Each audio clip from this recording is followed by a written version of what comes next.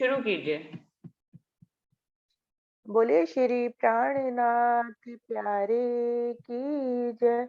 बोले श्री सतगुरु महाराज की जय। बोले श्री पन्ना धाम की जय। सर्व सुंदर साथ की जय। प्रणाम जी सुंदर साथ जी, एक भाव रख रही हूँ। निज धाम खिलवत में श्याम श्यामा के संग रूहे रहती सदा खुशहाल। सुख नूर नजरों से सदा देने वाले अपने खाविंद नूर जमाल।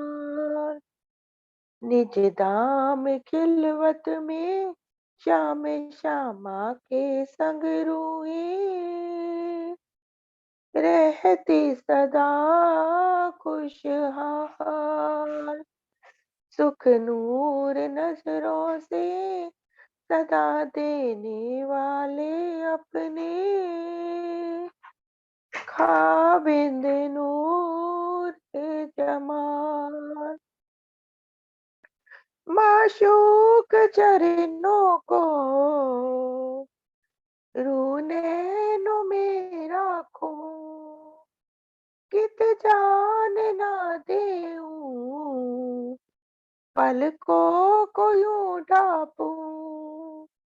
माशूक चरणों को रूनैन में राखूं, कित जान ना देऊं, पलकों को यूं ढापूं। श्री राज चरणों ने कैच के दिल ये रूहों के बदल दिए सब हाल। सुख नूर नजरों से सदा देने वाले अपने काबिंद नूर जमाल। है नूर का सागर महबूब मुखमंडल, अंबार शोभा का अंग इश्क के भीगल। है नूर का सागर महबूब मुखमंडल, अंबार शोभा का अंग इश्क के भीगल। हम रूहे अंग उनके के दर्शन को आए जिनके, नित्य नित्य नूर जलाल। सुख नूर नजरों से सदा देने वाले अपने खाविंद नूर जमाल। हक दिल में रू कोई एक बार जो डूबी, वापिस नहीं निकली निस्बत की है खूबी। हक दिल में रू कोई एक बार जो डूबी, वापिस नहीं निकली निस्बत की है खूबी। हक भी तोड़ो दिल को हर्ष करके यूं बैठे हैं, बातें करें बेमिसाल। सुख नूर नजरों से सदा देने वाले अपने खाविंद नूर जमाल। निज धाम खिलवत में श्याम श्यामा के संग रूहे रहती सदा खुशहाल, रहती सदा खुशहाल। प्रणाम जी, प्रणाम जी। प्रणाम जी सुंदर साथ जी, प्रणाम जी।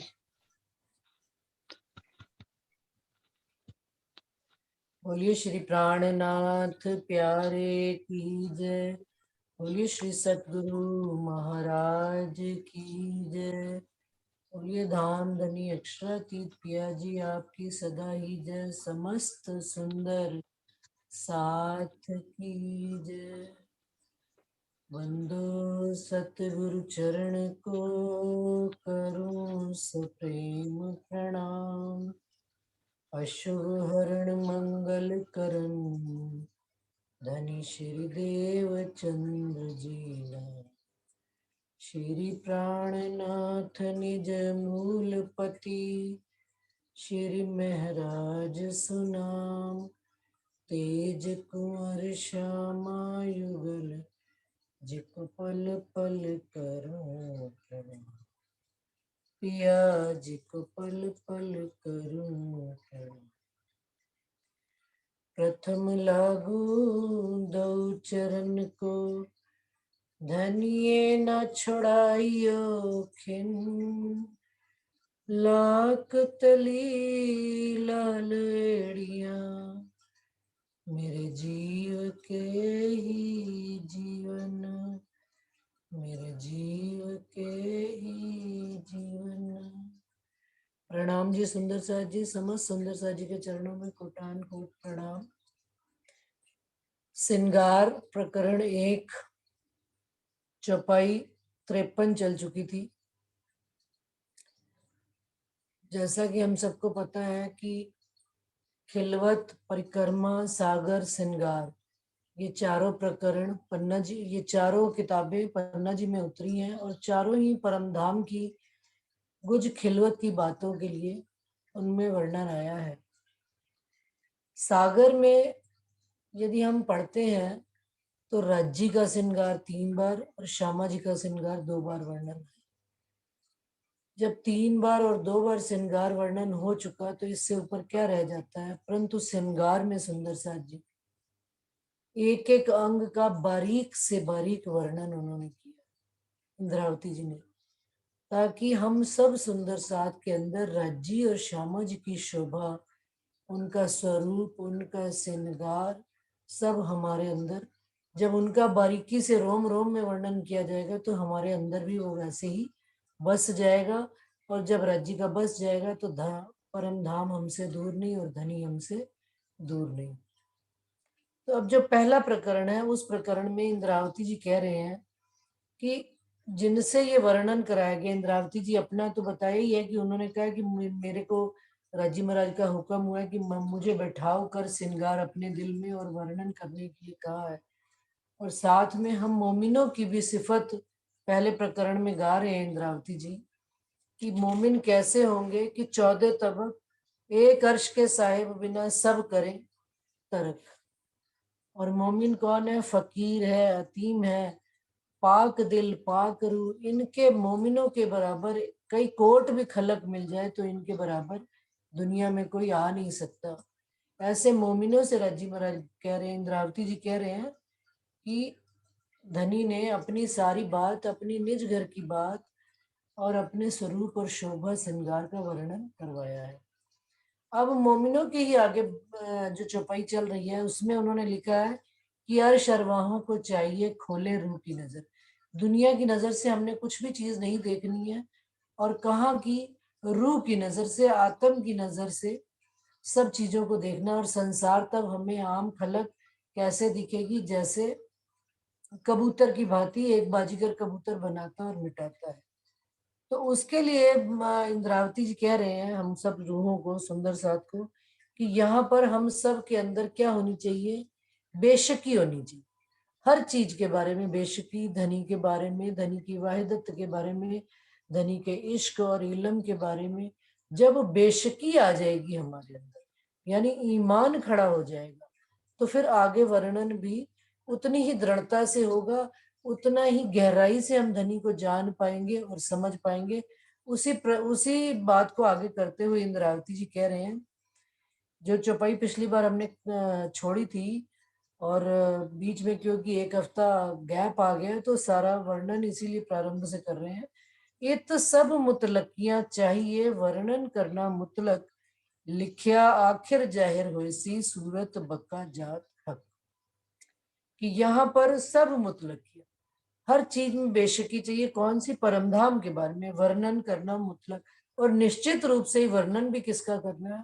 उस अपने घर परमधाम का वर्णन करना है, तो हमें वहां की चीजों के बारे में बेशकी भी होनी चाहिए। लिखिया आखिर जाहिर होसी सूरत बक्का जात हक। और ये बात भी लिखी है कि अंत में राज्य महाराज की सूरत, घर, परमधाम और हम जात रूहें, हम परमधाम, हम रूहें भी जाहिर हो जाएंगी। लिखिया अव्वल फुरमान में जाहिर होसी कयामत, जोलो होए इलम मुकैयद तोलो जाहिर ना हक मार्फत। कि ये बात कुरान में पहले ही लिखी हुई है कि कयामत के वक्त में जाहिर हो जाएगी, और जब तक जोलो होए इलम मुकैयद, कौन सा इलम? पूर्ण इलम नहीं आ जाएगा, तब तक धनी की मार्फत की बातें इस संसार में जाहिर नहीं होंगी। अर्थात कहने का है कि शरीयत तरीकत तक, जब तक शरीयत शरीयत में चलते रहेंगे, तरीकत में नहीं आएंगे, हकीकत का ज्ञान नहीं होगा, और मार्फत की बात तब तक समझ नहीं आएगी जब तक पूर्ण इलम नहीं आ जाएगा। मार्फत क्या? धनी के दिल की कुछ गहरी बातें, छिपी हुई बातें जो संसार में आज दिन तक जाहिर नहीं हुई थी। जेती चीजें अरश में सो सब मुतलक नियामत, सो मुतलक इलम बिना क्यों पाइए हक खिलवत। अब जेती चीजें अर्श में, अर्श में जितनी भी चीजें हैं, चीजों का क्या अर्थ है? कोई ये सामान से नहीं है, कोई कुर्सियां, मेज, महल, खिड़कियां, मेहराबे, इन सब से नहीं है। जेती चीजें अर्श में, यानी कि धनी ने जो भी अर्श की खूबियां हैं, अर्श की खूबियां क्या है? वहदत, धनी से एक दिल हो जाना, धनी का इश्क, धनी का लाड प्यार निस्बत, वो सारी चीजें वो हमारे लिए क्या है? नियामतें आई हुई है हमारे लिए, वो खजाना है, वो अखंड खजाना जो मुतलक निश्चित रूप से वो खजाने हैं। तो वो खजाना भी किन से खुलता है? सो मुतलक इलम बिना, ये बेशक इलम के बगैर हम धनी की खिलवत की बातें भी नहीं प्राप्त कर सकते हैं। ये जो 14 तबक का बातून, तिन बातून का बातून नूर, ताको भी बातून नूर बिलंद, कहना तिन बिलंद का बातून जहूर। अब ये जो 14 तबक का बातून, ये 14 तबक जो ये सारा दिखाई देने वाला है, हकीकत में ये नाशवान है, और इसका बातून क्या है? निराकार से उत्पत्ति है। और तिन बातून का बातून नूर, और ये निराकार की उत्पत्ति भी कहाँ से हुई है? देखा जाए तो अक्षर ब्रह्म के मन से, और उनका भी मन का भी बातून क्या है? स्वयं अक्षर ब्रह्म है। और ताको भी बातून नूर बिलन, और अक्षर ब्रह्म की भी उत्पत्ति देखा जाए तो कहाँ से हुई है? मूल और राज्य महाराज से हुई है। और क्या करे? तिन बातून, हाँ, ताको भी बातून नूर बिलंद, कहना तिन बिलंद का बातून जो। अब कहनी किन की बात है? उनका भी बातून, यानी राज्य महाराज का भी बातून, उनके दिल की बातें। क्या उनके दिल की बातें? श्यामा जी, उनके दिल की बातें रूहें, और धनी की जो सब कुछ खिलवत की बातें हैं, उसके बारे में इस संसार में वर्णन करना है। ये बातून अर्श बारीकियां, सो होए मुतलकियां इलम, अर्श बक्का करे जाहिर, सबो भिष्ट देवे हुक्म। अब ये जो परमधाम की बातून से बातून, बारीक से बारीक बात है, वो कहते हैं वो निश्चित ही इस बेशक इलम, अखंड इलम से ही खुलेंगी, और उसी से ही, इस इलम से ही अर्श बक्का परमधाम जाहिर होगा, और सबो भिष्टो देवे हुक्म, और सबको भिष्टे भी धनी के हुक्म से प्राप्त होंगे। वर्णन करें बक्का हक की, हम जो अर्श अरवाहें, लेवे सब मुतलकियां, हमसे रहे न कछु छिपाए। अब कह रहे हैं कि वर्णन करना, परमधाम का वर्णन करना, राज्य महाराज के स्वरूप का वर्णन करना, वो कौन करेगा?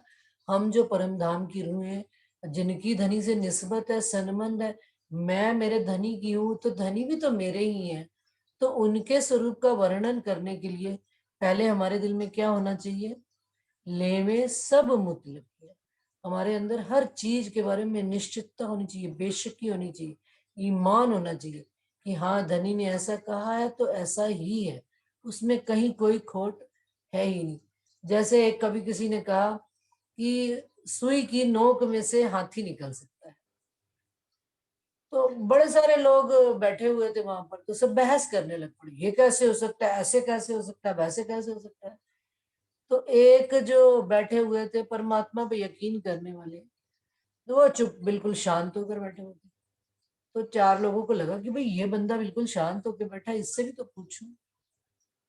तो उन्होंने उनको छेड़ा, भाई आप बताओ इस बारे में आपकी क्या राय है? कहते सब कुछ संभव है, खुदा के राज में तो सब कुछ संभव है। तुम्हारे लिए ये असंभव है, लेकिन मुझे नहीं लगता असंभव को भी संभव करना, दिन को ल्यावे रात में, ये सब उनके लिए संभव है। तो ऐसी मुतलकी, ऐसी बेशकी होनी चाहिए धनी के लिए, तब ही होगा हमसे रहे ना कछु छिपा। धनी के गुज राज, धनी की जो गुज बातें हैं, फिर हमसे कुछ भी छिपी नहीं रहेंगी। कभी कभी सुंदर सा जी ये होता भी है हमारे सामने जीवन में, कि जो चीज ऐसा हो रहा होता है कि हमें लगता है कि ये काम ऐसा होना चाहिए था, हो ऐसा नहीं रहा, लेकिन वहां पर भी हमारे अंदर धनी के प्रति ईमान में कहीं कमी नहीं आनी चाहिए। और वहां पर भी ये सोचकर चलना चाहिए कि ठीक है, धनी ऐसा चला रहे हैं, इसमें भी कोई ना कोई लाभ होगा, तब ही हमें अंदर के राज छिपे समझ में आ पाएंगे। नहीं तो हम समझ लीजिए, हमने अगर शक ले आए, शक का मतलब एक शक यानी कि 100 समस्याएं पैदा होनी, 100 क्वेश्चन दिल में पैदा हो जाने, और एक बेशकी कदम आगे बढ़ जाना। तो वो यहाँ पर यही बात कह रहे हैं कि हमसे तभी कुछ छिपा नहीं रहेगा जब हमारे अंदर बेशकी होगी धनी के लिए। और बात बारी के सुनो, अर्श छोड़ना आए मोमिन, और बातें मुतलक खेल की करसी अर्श में देखे बिन। कि और बात बारीक है सुनो, और इससे भी बारीक बात सुंदर साथ जी, इंद्रावती जी कह रहे हैं कि ये सुने कि हम परम धाम छोड़कर भी नहीं आए, और बातें मुतलक खेल की, बैठे परम धाम में ही हुए और परम धाम में ही इस खेल की बातें निश्चित रूप से करेंगे। और करसी अर्श में, और अर्श में बैठे देखे बिन, कि अर्श को देखे बगैर यहाँ संसार की बातें वहां करेंगे, और वहां पर तो, और यहाँ पर भी देखिए अर्श देखे बिन, अर्श को देखे बिना यहाँ पर वहां की बातें कर रहे हैं। और कैसे कैसे देख रहे हैं, जितना जितना ईमान आता जा रहा है, जितनी जितनी बेशकी आती जा रही है, इस इल्म से हम दृढ़ होते चले जा रहे हैं, उतना उतना अर्श भी हमको दिखता चला जा रहा है। हम झूठी जिमी में आए नहीं, झूठ रहे ना हमारी नजर। ब्रह्मांड उड़ावे अर्श कंकरी, तो रूहों आगे रहे क्यों कर। हम इस 14 लोक में आए भी नहीं है, और झूठ हमारी नजर में रह भी नहीं सकता है। और कहते हैं ब्रह्मांड उड़ावे अर्श कंकरी, और परमधाम की एक कंकड़ी ये 14 लोग उड़ा सकती है, तो रूहों आगे रहे क्यों कर। तो रूहों के आगे ये कैसे रह सकता है ये खेल। लेकिन ये भी बड़ी मजेदार बात है कि जब कह दिया दिन को ल्यावे रात में, धनी के लिए तो क्या संभव नहीं है, सब कुछ संभव है उनके लिए। तो उन्होंने कैसे दिखाया, और माया दिखाई हमको करी वास्ते हमारी, ए होसी पूर्ण हमारी अर्श में रूहें उम्मीद करी दिल जी। क्या? और धनी ने, जबकि रूहों के आगे 14 लोग, अर्श की कंकड़ी के सामने ये ब्रह्मांड नहीं टिक सकता, तो धनी कह रहे हम रूहों के आगे कैसे रखता है। लेकिन फिर भी धनी ने हमको ये माया अर्श में बैठे बैठे ही दिखाई है, और ये हमारे वास्ते ही उन्होंने ट्रिक लड़ाई। कहते ना, कोई ऐसी ट्रिक लड़ा दो कि ये भी काम हो जाए और वो भी काम, कि भाई खेल भी, वो कहते ना लाठी भी ना टूटे, और एक वो दोहरा वो आता है मुहावरा करके, सांप तो वो भी कहते ना हैं कि मरे लाठी भी ना टूटे। सांप भी हाँ, मर जाए और लाठी भी न टूटे। सांप भी मर जाए और लाठी भी ना टूटे। तो धनी ने वो काम हमारे लिए करके दिखा दिया कि हमें खेल भी दिखा दिया, लेकिन हमें इस खेल में वो लाए भी नहीं। होशी और माया दिखाई हमको करी वास्ते हमारे ये, होसी पूर्ण हमारी अर्श में। और जो भी हमारी धनी से उम्मीद है, इच्छाएं हैं, खेल की और धनी की इच्छाएं, वो सारी अर्श में बैठे बैठे ही पूरी हो जाएंगी। हम रूहें ना आईया खेल में, हम खेल में भी नहीं आए हैं। और हक अर्श सुख लिए इत, और हक के धनी के सुख बैठे बैठे ले भी रहे हैं। कहाँ? इत, इस संसार में भी ले रहे हैं और वहां परम धाम में भी ले रहे हैं। हक हुक्म इलम या विध, सुख दिए कर हिकमत। राजी महाराज ने हमको अपने हुक्म और इल्म से ऐसी उन्होंने जुगत लड़ा दी है, ऐसी उन्होंने ट्रिक लड़ाई है कि हमें अर्श के सुख यहाँ पर और परम धाम में बैठे हुए माया का, संसार का खेल भी दिखा रहे हैं। उन्होंने कोई ऐसी युक्ति लड़ाई है, क्योंकि सुंदर साथ जी देखा जाए तो सपने में असल स्वरूप नहीं जा सकता। संसार में हम यदि सपना देखते हैं तो हमें अपना असल स्वरूप याद नहीं रहता, लेकिन ये भी हिकमत धनी ने करी कि हमको हमारे सपने वाले स्वरूप का भी पता है और हमें हमारे असल स्वरूप का भी पता है। तो ये धनी ने हुक्म से और इल्म से ये बात हमको समझा दी है। हम तो हुए इत हुक्म तले, मैं ना हमारी हम में, ए मैं बोले हक का हुक्म, यो बारीक अर्श माए। अब इंद्रावती जी कह रही हैं, भाई मैं तो धनी के, हम तो हुए इत हुक्म तले, हम तो पूर्ण रूप से धनी के हुक्म के तले आ चुके हैं। ये भी मैं ना हमारी हम में, अब हमारे अंदर मैं अपना कुछ संसार का रहा ही नहीं है, रूह का भी मैं अपना नहीं रहा, धनी ही धनी रह गए। ये मैं बोले हक का हुक्म, और जो बात ये मैं कह भी देती हूँ कि मैं बोल रही हूँ, तो ये भी धनी का हुक्म बोल रहा है, धनी की बात बोल रही है। यो बारीक अर्श मायने, क्योंकि समझने हम क्या चले हैं सुंदर सर, अर्श की बारीक बातों को समझने चले हैं। तो इंद्रावती जी कह रही ये भी बारीक बात समझना कि ये ना तो महराज ठाकुर बोल रहा है, ना इंद्रावती की आत्म बोल रही है, ये धनी का हुक्म। वो इतने रल मिलके लिपट गए हैं, जैसे दूध में पानी डाल दिया जाता है तो एक रस एक रूप।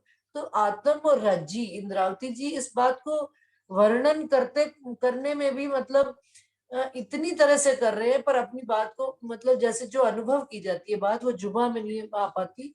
तो कह रहे कि ऐसे हम एक हो गए कि धनी मैं ही हो गई, अब मेरा अपना कुछ स्वरूप ही नहीं रहा है। तो ये भी बारीक बातें हैं। हुक्म किया चाहे वर्णन, ले हक हुक्म मुतलक, करना जाहिर बीच झूठी जिमी, जित छूटी ना कबू किन शक। अब कहते हैं धनी का वर्णन करना है, उनकी स्वरूप शोभा श्रृंगार को दिल में बसाना है, तो वर्णन भी तो धनी खुद उनका हुक्म ही करवाएगा। तो उनके हुक्म को लेकर इंद्रावती जी कह रही है, निश्चित रूप से ये बात कह रही हूँ। क्यों इतनी बार बार एक बात को कहती हूँ कि इस झूठी जिमी में धनी के उस सत्य और अखंड स्वरूप को, आनंदमय स्वरूप को वर्णन करना है, जहां पर इस संसार में किसी की शक छूटी ही नहीं है। अभी भी कोई बात वर्णन हो जाएगी तो झट से कह दे अरे ऐसा कैसे हो सकता है, तो कह रहे इस संसार में शक छूटती ही नहीं है, वहां पर धनी का। तो ये संशय छोड़कर बैठना धनी के स्वरूप और शोभा को समझने के लिए। दिन एते हक यश गाइया, लदुन्नी का बेवरा कर, हक के हुक्म हाथ अपने लिया, जो दिया था मोहम्मद के सिर पर। अब इतने दिन तक धनी की यश शोभा, लदुन्नी ये इलम से धनी की शोभा का वर्णन किया है। इंद्रावती जी कह रही हैं, अब राजी महाराज ने यहां से 5वें दिन की लीला को खत्म करके 6ठा दिन प्रारंभ कर रहे हैं। हक के हुक्म हाथ अपने लिया, धनी ने जो मेरे से जो दिया था मोहम्मद के सिर, महामती जी के सिर, मोहम्मद तीनों मोहम्मद आ गए, लेकिन यहाँ पर इंद्रावती जी की बात आ रही है कि महामती जी के सिर पर जो हुक्म दिया हुआ था धनी ने, वो अब हुक्म अपने हाथ में इंद्रावती राज्जी ने ले लिया उनसे, और कह रहे हैं किनको अब हक के हुक्म हाथ अपने लिया, जो दिया था मोहम्मद के सर। जहां तक इंद्रावती जी को वर्णन करने का हुक्म था वहां तक उन्होंने दे दिया, अब वहां से उन्होंने हुक्म अपने हाथ में ले लिया। और तभी तो इस प्रकरण में मोमिनों का इतना वर्णन आया कि मोमिन कैसे होंगे, तो वही मोमिन जो इन चाल पर चल पाएंगे। इस चाल पर उनके अंदर इतनी बेशकी, इतना ईमान, इतनी दृढ़ता, वाहिदत और धनी का इल्म पूर्ण रूप से खड़ा हो जाएगा। वही तो धनी की शोभा और श्रृंगार को वर्णन कर पाएगा। तो ये बात यहाँ पर इसलिए आ रही है। अब यहाँ से छठा दिन प्रारंभ हो रहा है। सुंदर साथ जी, छठा दिन तो देखा जाए 5वें दिन में ही प्रारंभ हो गया था। प्राणनाथ जी ने जगह जगह पर सुंदर साथ को हुक्म देते थे, जहरी रूप में भी। तो सुंदर साथ उनके हुक्म से आगे कार्य करके आया करते थे।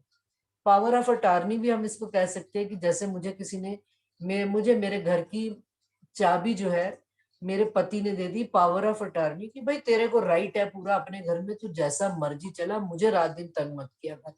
मैंने तुझे ये 1 तारीख को तनख्वाह ला दी, इतने में तूने घर चलाना है, माता पिता की सेवा करनी है, बिजली पानी के बिल जमा करने हैं, रसोई का खर्चा करना है, बच्चों की शिक्षा करनी है, सारा उसने पावर ऑफ अटार्नी पत्नी को दे दी। एक पति ने संसार में बिल्कुल उसी प्रकार से, उसी भांति से धनी ने पहले ये सारी शोभा इंद्रावती जी को दी। चाबी सतगुरु देवचंद्र जी के माध्यम से, श्यामा जी के माध्यम से इंद्रावती जी को दिलवाई चाबी, और सबसे पहले श्यामा जी को चाबी दी।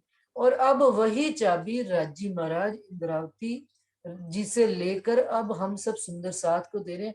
इसका मतलब ये नहीं है कि इंद्रावती जी की शोभा, इंद्रावती जी तो आज भी हमारे सरदार मोमिन है, पन्ना जी में, मूल मिलावे में, गुम्मट साहब में बैठे हैं, उन्हीं से ही आशीर्वाद लेकर, उन्हीं से ही सब हुक्म लेकर मोमिन आगे काम करते हैं।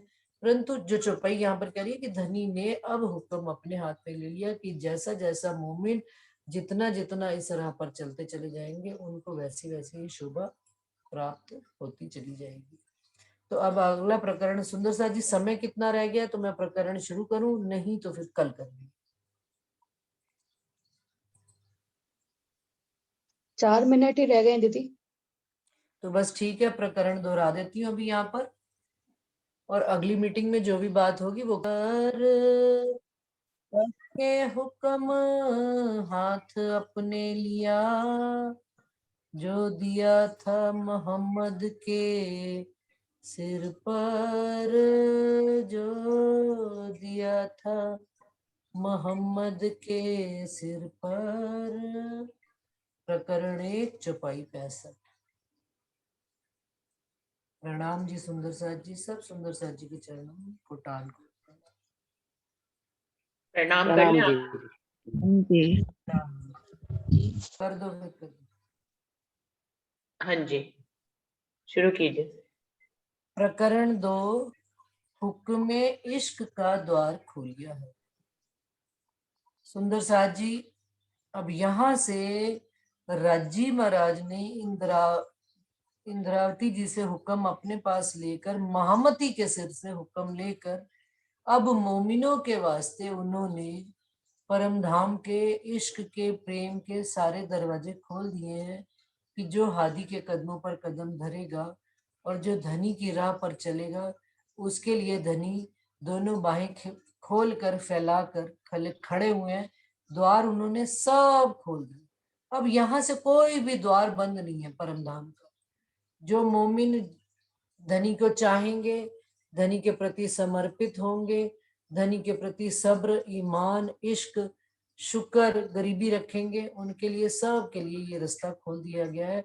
तो इस प्रकरण में अब इंद्रावती जी हम मोमिनों को यही बता रहे हैं कैसे खोला है। चलिए ये अब इसका प्रकरण प्रारंभ करते हैं।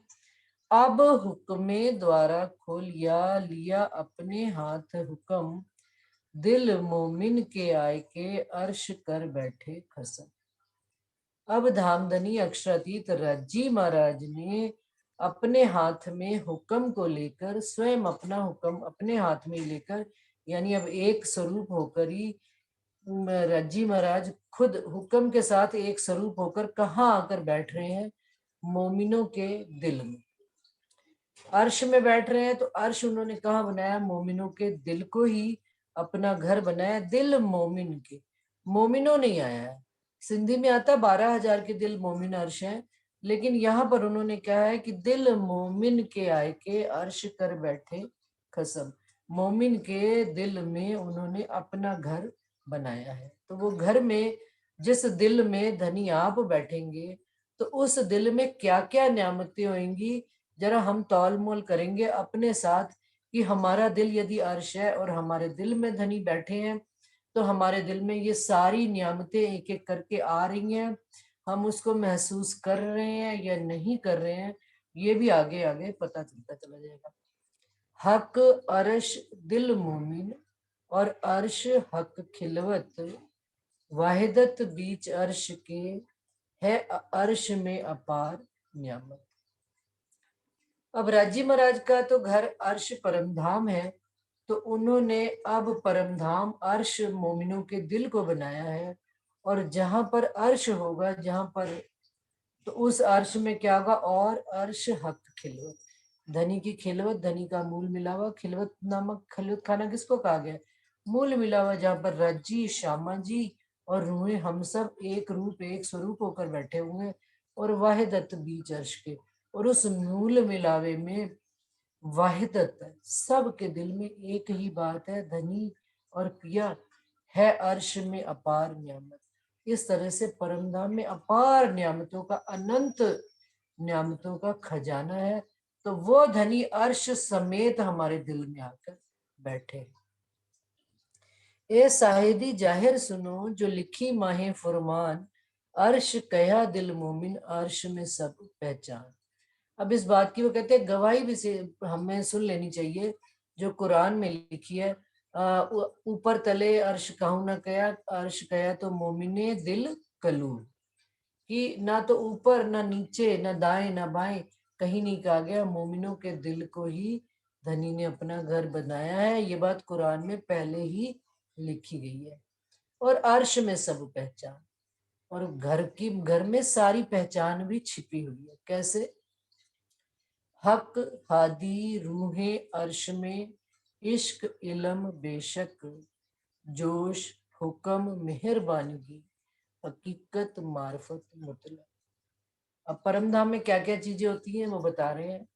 हक है स्वयं राजी महाराज, हादी श्यामा जी, रूहें हम सब रूहें, और साथ साथ में क्या है, निश्चित बेशकी, जब बेशकी है तो इल्म भी आएगा, इल्म है तो इश्क भी है, तो जोश भी आएगा। अब जोश सुंदर साथ जी, अब हम जब्राइल फरिश्ता ये अक्षर ब्रह्म के फरिश्ते से नहीं लेंगे यहाँ पर।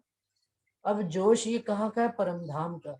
धनी को बात है ना, जोश सब भरी परिक्रमा में छुपाई आती है कि सब रूहों के अंदर जोश भरा हुआ है, किस चीज का, इश्क को और इल्म को जानने का, समझने का और बताने का, तो ये जोश भी आता है धनी का, और हुक्म, और साथ साथ में क्या है हमारे दिल में, धनी का हुक्म भी चल रहा है। हुक्म कोई अलग अलग चीज नहीं है कि धनी से कोई अलग चीज है, हुक्म आप धनी का ही स्वरूप है, और मेहरबानियां उनकी मेहरों का तो स्वरूप धनी है ही आप। हकीकत मार्फत मुतलक, और निश्चित रूप से परमधाम की हकीकत, ये सारी परमधाम की हकीकत है। राज्य के साथ, राज्य का दिल श्यामा जी, श्यामा जी का दिल हम रूहें, रूहों का दिल ये खूब खुशहालियां, इस तरह से ये कहते हैं सारी हकीकत परमधाम की, और मार्फत स्वयं राज्य, इन सब का निश्चित रूप से ये सारी चीजें मिलाकर ही अर्श बनता है। अर्श कैसे बनता है, अर्श खिड़कियां महराबों दीवारों परमधाम की 10 भूमों नहीं, ये अर्श है। जाहिर मैं इसके लिए इनकार नहीं करती हूँ, है वो, लेकिन जिस तरह से मकान एक बन जाता है 10 भूम का मकान, लेकिन वो मकान घर कब कहलाता है, जिस घर में अच्छा परिवार रहता हो। तो हमारा मकान परमधाम का कितना भी बड़ा हो, लेकिन वो अर्श कब कहलाया है, वो घर कब कहलाया है मेरा, जब उसमें मेरे धनी की शोभा आई, श्यामा जी की शोभा आई है, हम रूहों का श्रृंगार आया है, और साथ साथ ही हमारे अंदर वो धनी के लिए लाड प्यार इश्क और वाहिदत की खूबियां आई हैं, तो तभी हमारे दिल में अर्श बसा है, और तभी हमारा घर, हमारा मोमिनों का दिल भी अर्श कहलाएगा। सुंदर सा दिल मोमिन अर्श कया सब अर्श में नियामत, सो क्यों ना करे दिलवर जाकी हक सो निस्बत।